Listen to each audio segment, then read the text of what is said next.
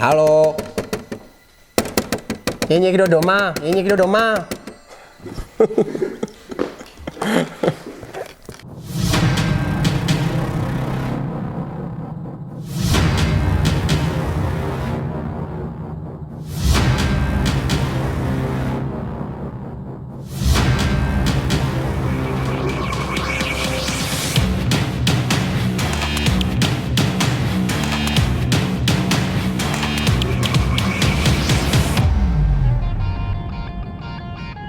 Vítejte při sledování nové recenze z prostor Film Legends muzea v Poděbradech.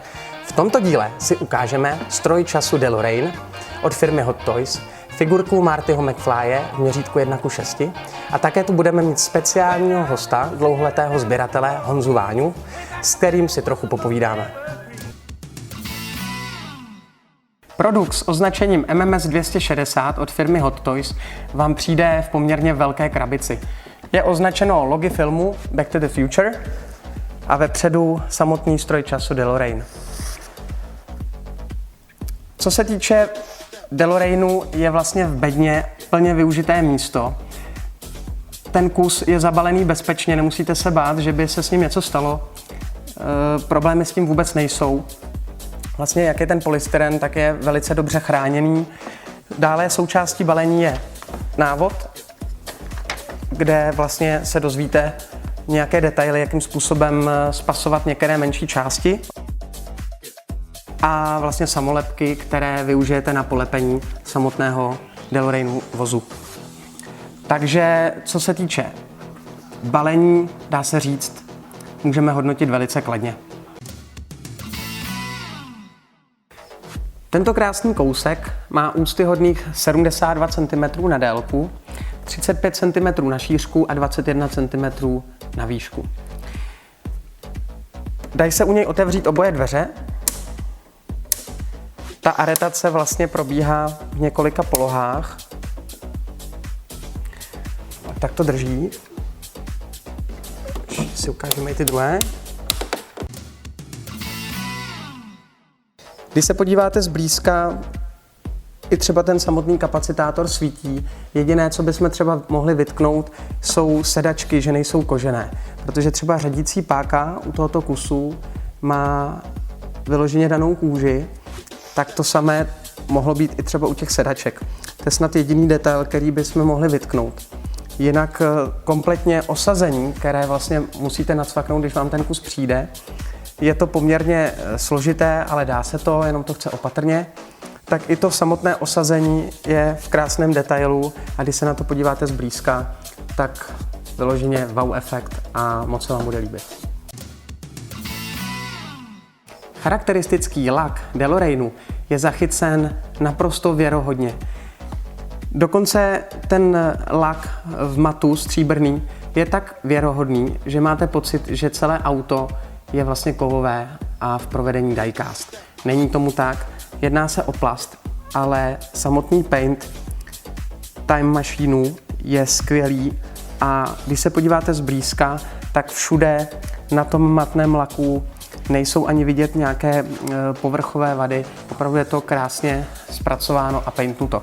Dále bych jsem ještě ukázal na detail těch výfuků, kdy opravdu i ty výfuky působí opáleným dojmem. Je krásně třeba i vidět tady, jak jsou ty sváry, takže si dali tu práci v Hot Toys, aby i tento detail byl fantasticky zpracovaný. DeLorean lze rozsvěcet, což už jsem zmínil, ale ještě vám chci ukázat, že tady je vlastně pod kapotou na to schované tlačítko. Tak zhasneme, rozsvítíme. Je na to napojený jak kapacitátor a další vlastně diody v interiéru, tak samozřejmě zadní světla a přední světla.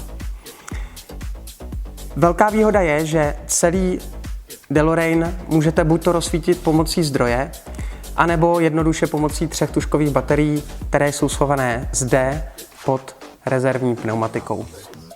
Takže zcela jednoduše lze využít i tuto možnost.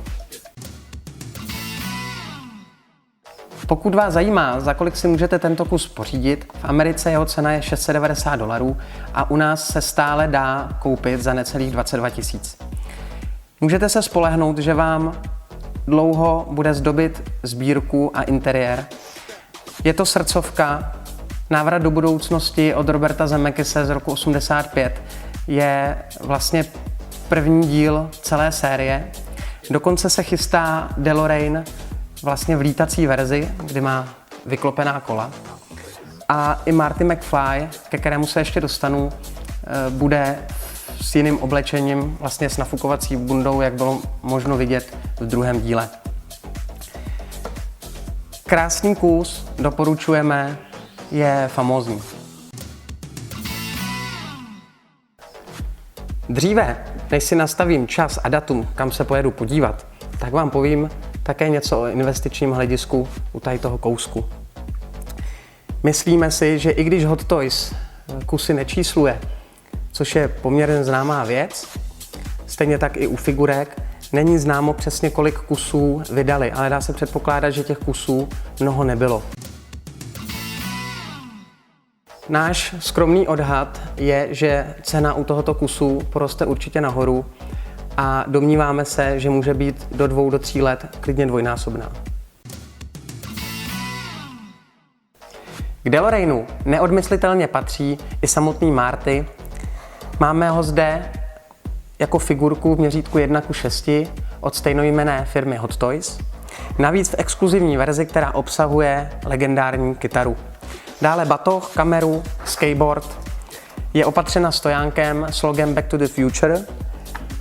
A tento kousek rozhodně doporučujeme pořídit, protože v tom kompletním diorámku to dělá parádu a určitě na celý set budete možná až do smrti pyšní.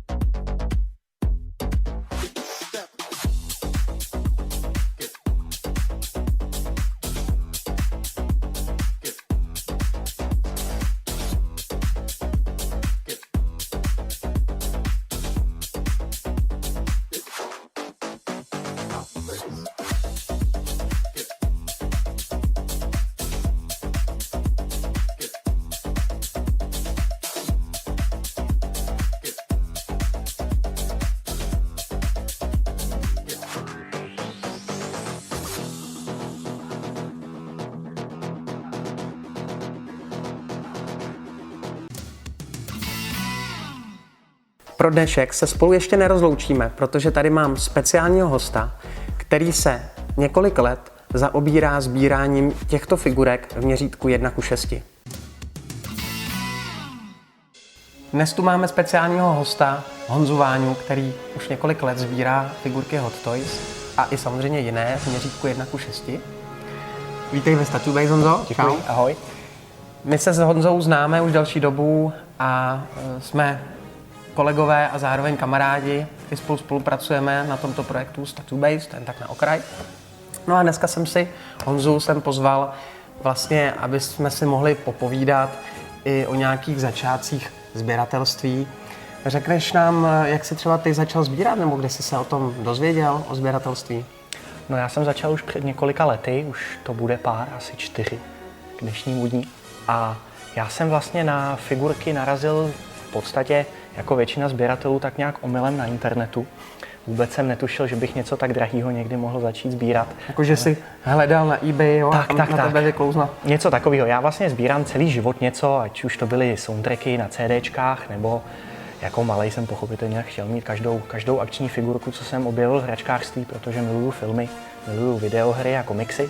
No a říkal jsem si tenkrát, to jsem byl čerstvě magistr, dělal jsem státnice, říkám, to si musím pořídit něco za ty státnice, nějakou odměnu, co už asi nikdy v životě si nepořídím. Pořídil jsem si jednu Hot Toys figurku a dneska už jich mám skoro 60. A která byla ta první? Byl to Royce z Predatoru. jsem o tebe ale koupil. Tak, tu jsem nakonec... To můžeme prozradit. To můžeme prozradit.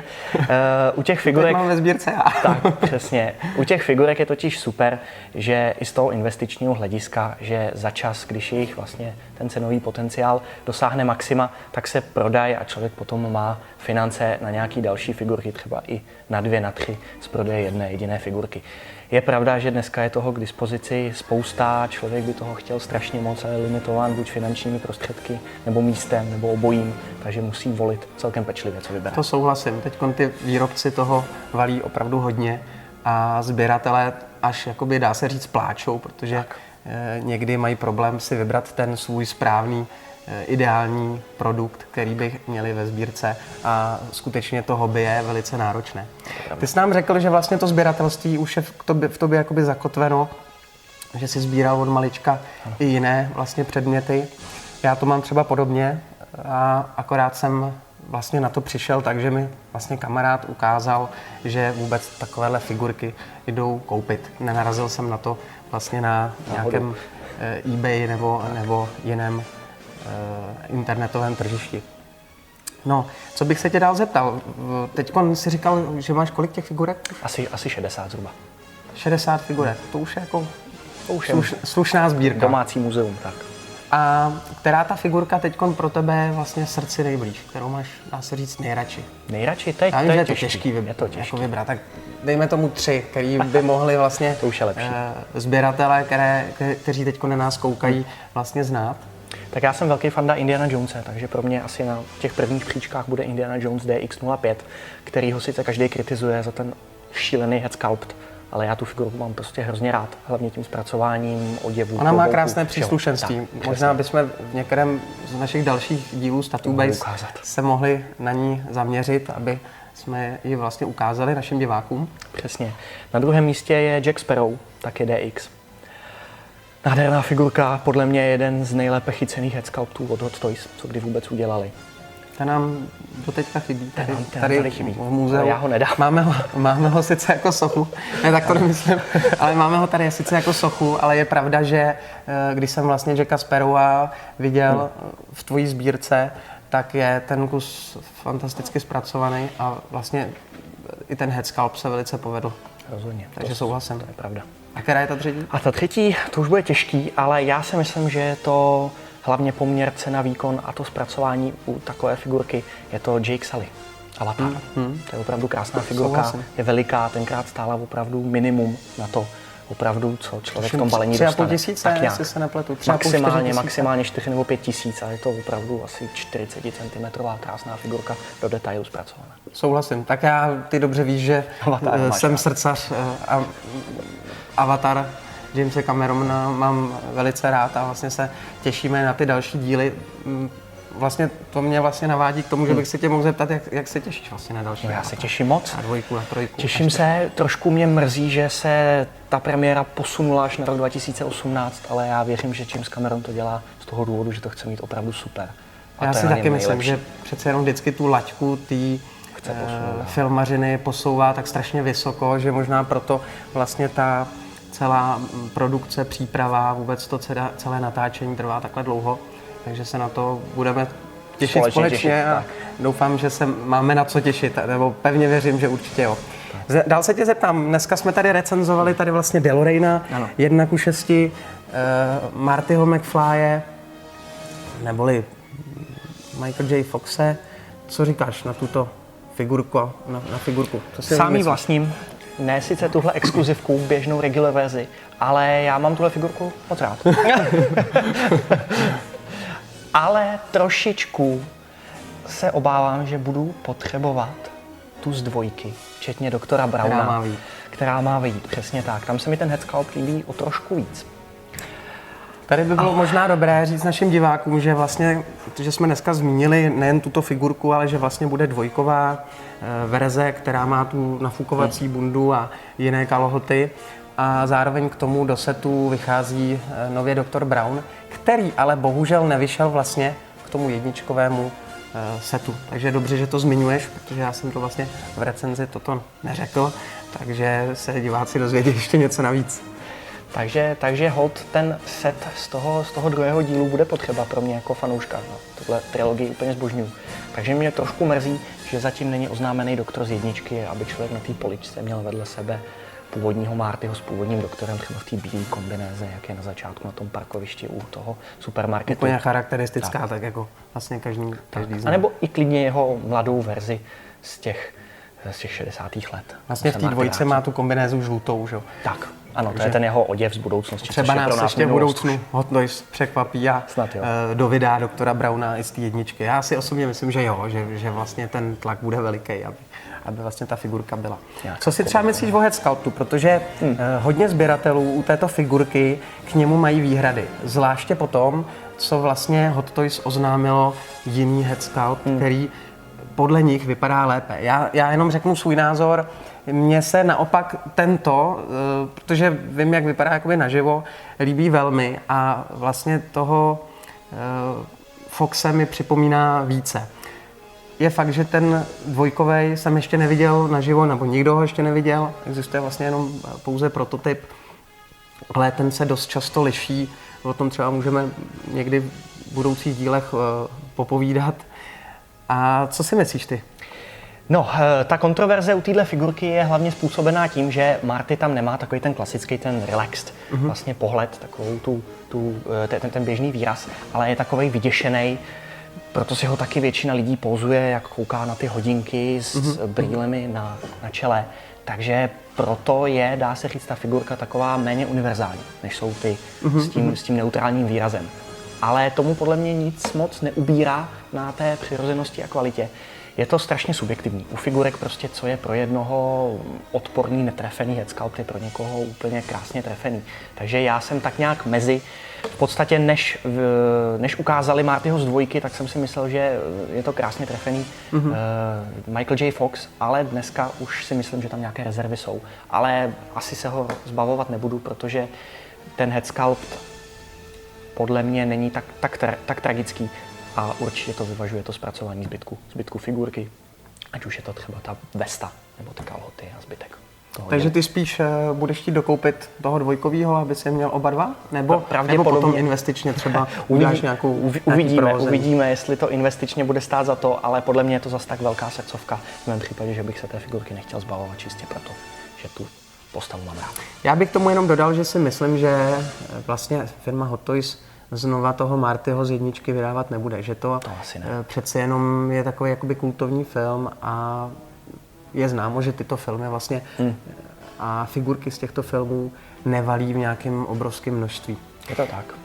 Pojďme od figurky ještě k samotnému DeLoreanu. Co říkáš na tenhle kus? Já jsem z něj úplně odvařený, hrozně se mi líbí. Ty to víš, že vlastně když už jsem ho vybaloval z krabice, tak jsem byl úplně jak u vytržení, jak u něj všecko prostě krásně svítí a jak má to zpracování úžasný.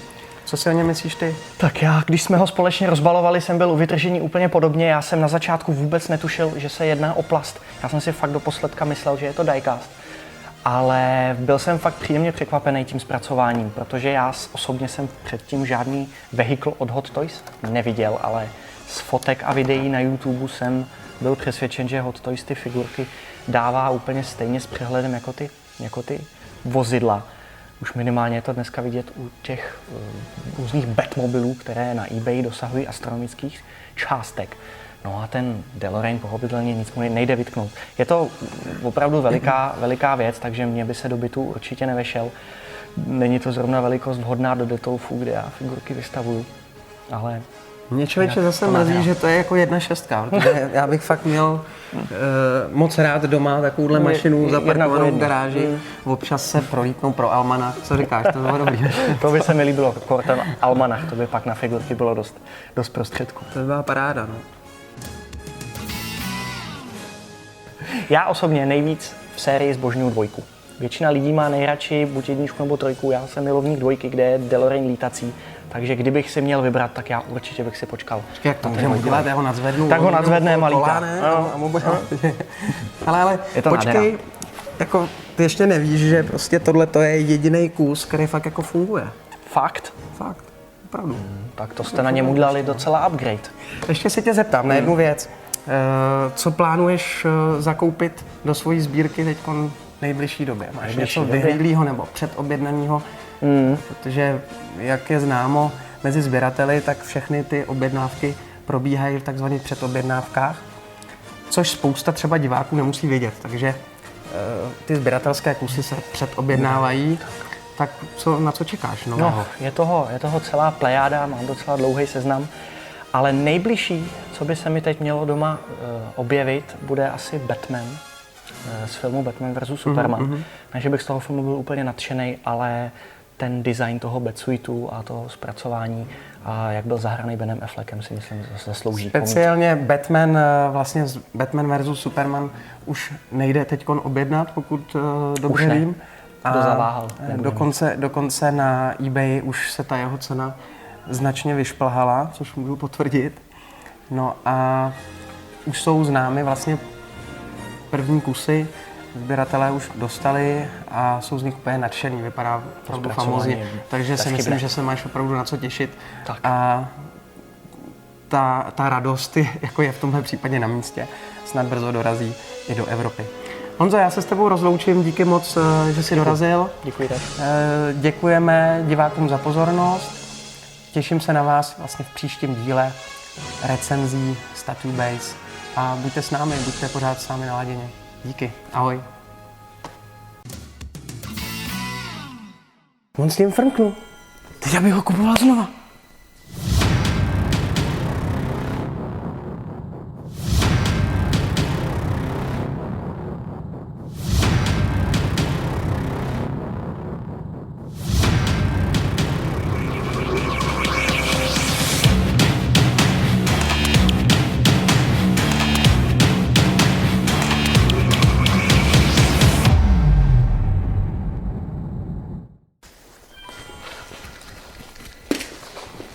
Kde? Ty tu byl? A počkej, to je... Už, jo, vidíš, jsem zapomněl. Jsem debil. No, tak teď už to bylo asi pozdě. Tady to bylo pozdě už. Já tady něco řeším, blbec to neotřu.